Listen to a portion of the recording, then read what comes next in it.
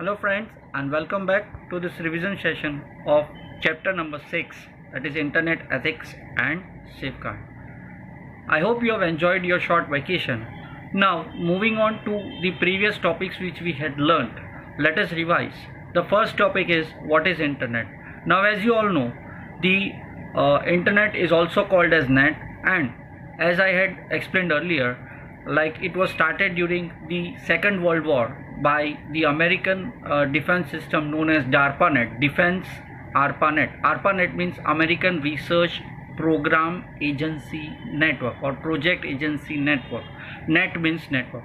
It is one of the largest networks that links millions and trillions of computers together. That means when thousands and millions and trillions of computers are connected with one another, may it be in a local area network, wide area network, metropolitan area network, it is known as a network, right? When they are connected with each other, they are connected with the help of network devices such as you can see modems, cables, telephone lines and satellites. Yes, of course, satellites play a most important role, and through the internet the society has the access of all the information around the globe, right? The internet also helps us to watch latest news, do research works, shop, communicate. Shop means you can shop online, you might be doing it, listen to the music, we play games online, right? And access a wide variety of information whatever we require for our studies and all.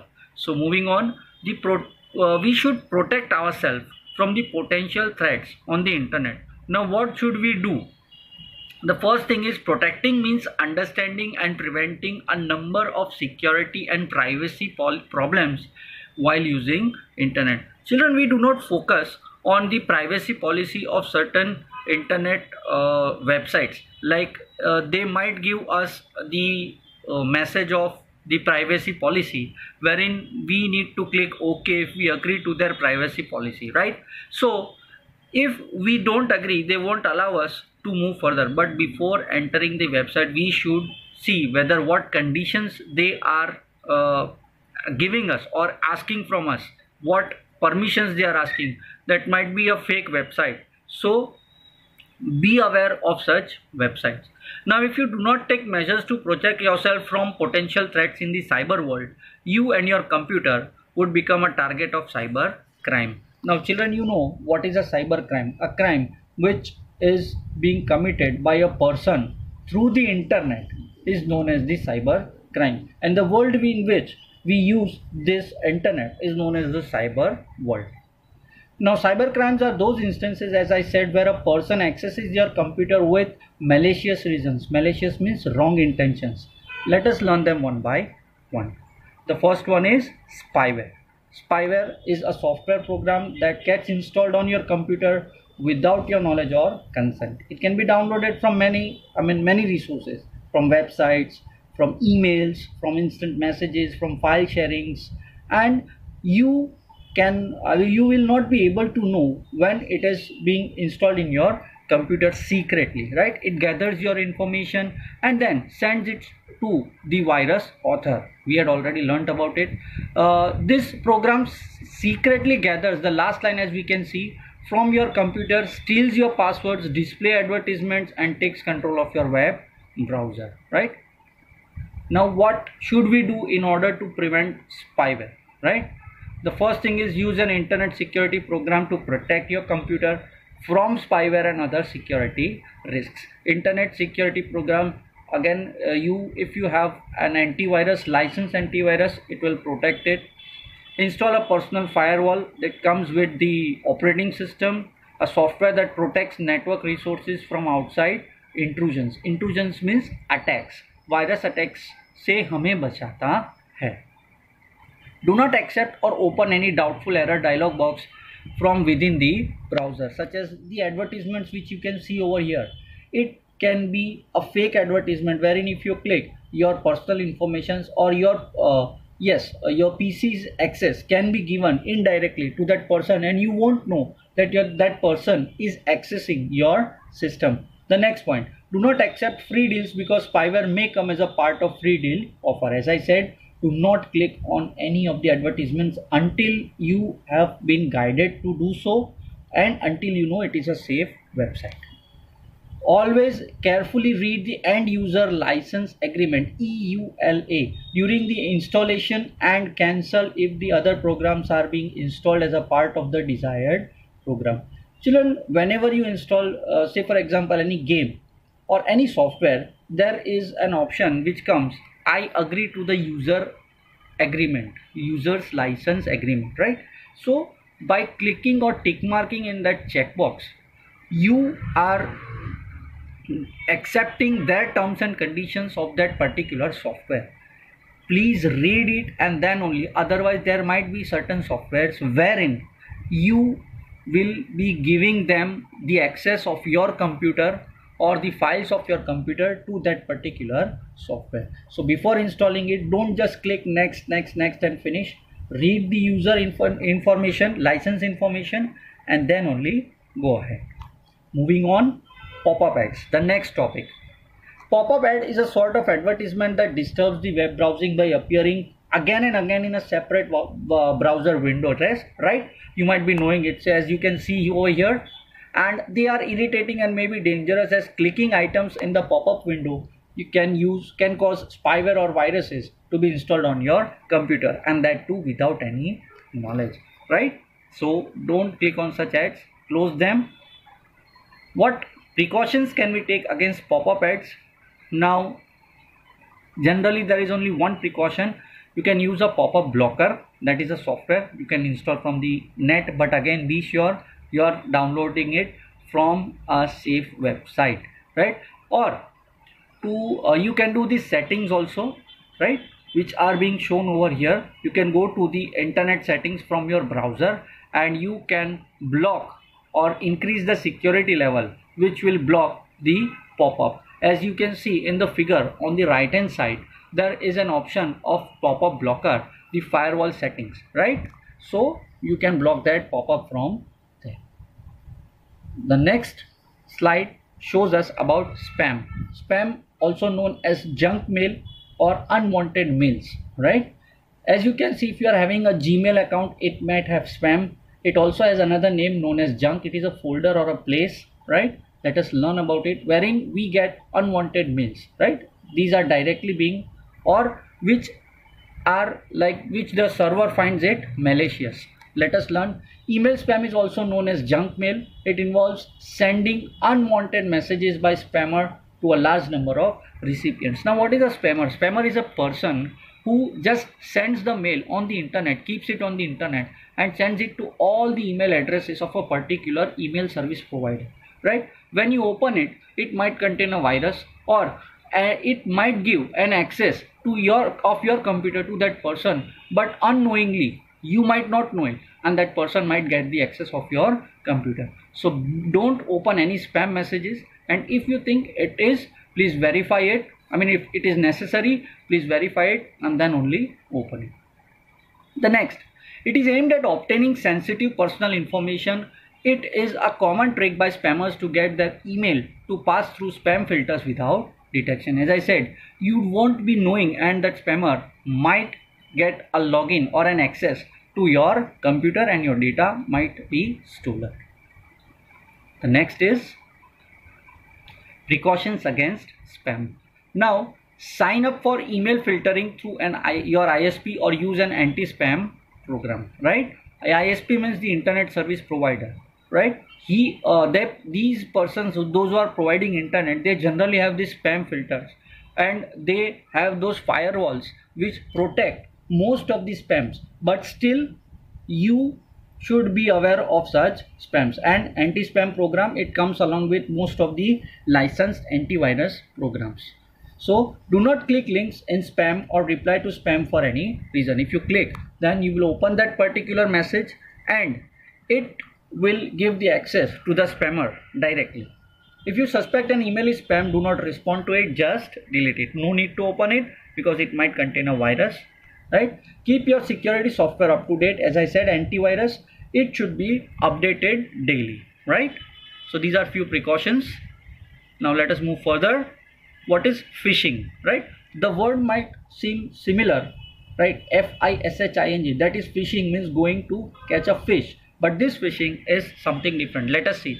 It is a scam in which you will receive an official or legitimate looking email. Legitimate means also official, right?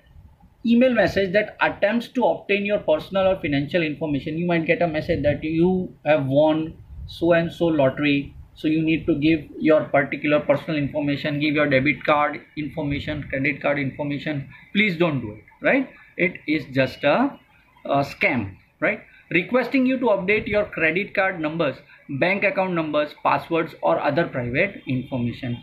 Children, as I had explained earlier, no bank or no legitimate organization or legal organization will ask you to update any of your personal information through the internet. So make sure you don't give your personal information through your emails like this. It is known as phishing. It is a scam. This scam can be executed via email messages, websites, or even on the phone. You might also get a phone that I am from so and so bank and you need to update your profile. So please don't do it. Call the bank and ask it, or visit the nearest visit the nearest branch and update your information if required. So okay, moving on. Now, what precautions should we take against phishing? First thing, do not reply to any email asking you any kind of verification of your personal or financial information, or don't disclose any of your personal information, right? Never click on suspicious links even if it is from a known source. Now, if you think that this person is, I know this person, but this link I have a doubt. I mean, he or she might have got some links and he is forwarding it to me just in order to check whether it is okay or not. Don't click on such links or emails which you think is not safe, right? Type the correct address of the bank website. Now, this is one of the most important things. If you type the wrong address, wrong bank URL, you all know Uniform Resource Locator, the exact name of the unique name of each and every website, right? So if you type the incorrect website name, you might go to a wrong website wherein you might be a victim of fraud, right? Enable phishing filter in your browser, warn or block you from suspicious websites. It will warn you, right? They have already the antivirus and this antivirus which is licensed.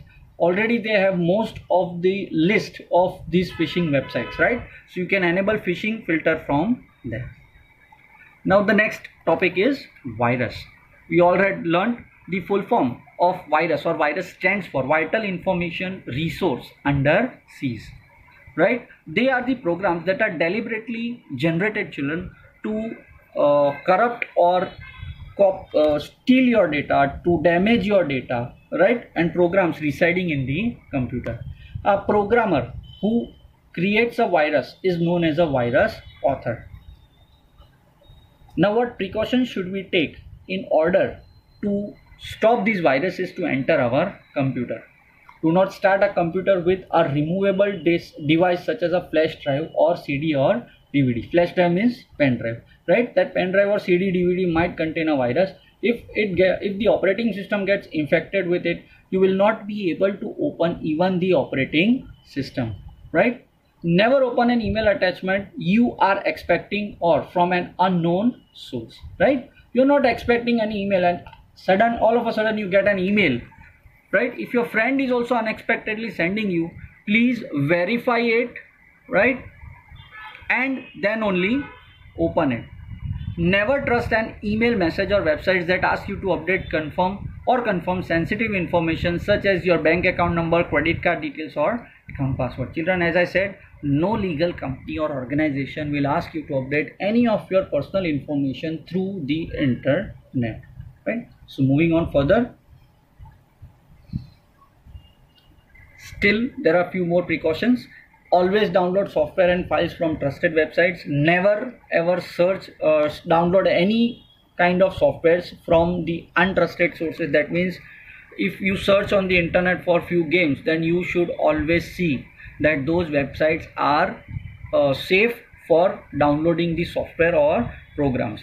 Generally the websites with the S alphabet, that is HTTPS, Hypertext Transfer Protocol Secure, are secured and you are safe, but that doesn't mean that those websites might not contain viruses, right? So you should always download from trusted websites only, which you know is safe.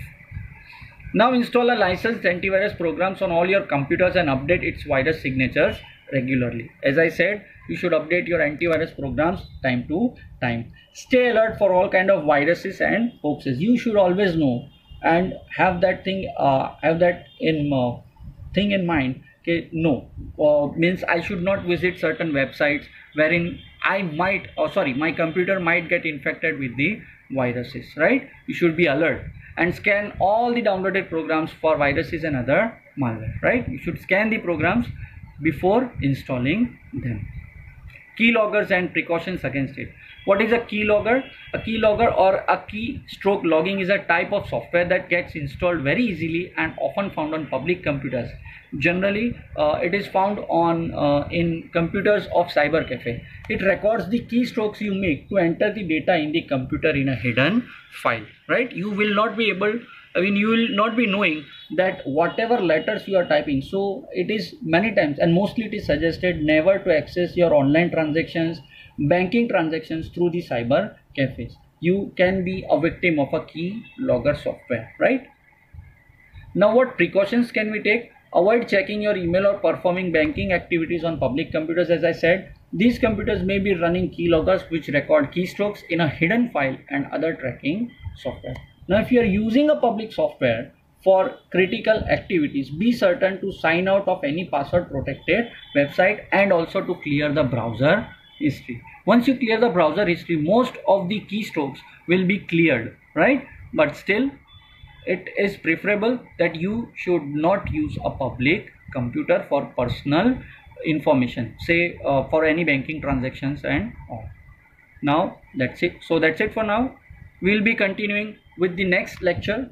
And children, one more thing, the next video will be uploaded soon and you will have Saroj ma'am from that video who will be explaining you and continuing it further, right? So signing off from SVV, this is Fanil sir. Goodbye.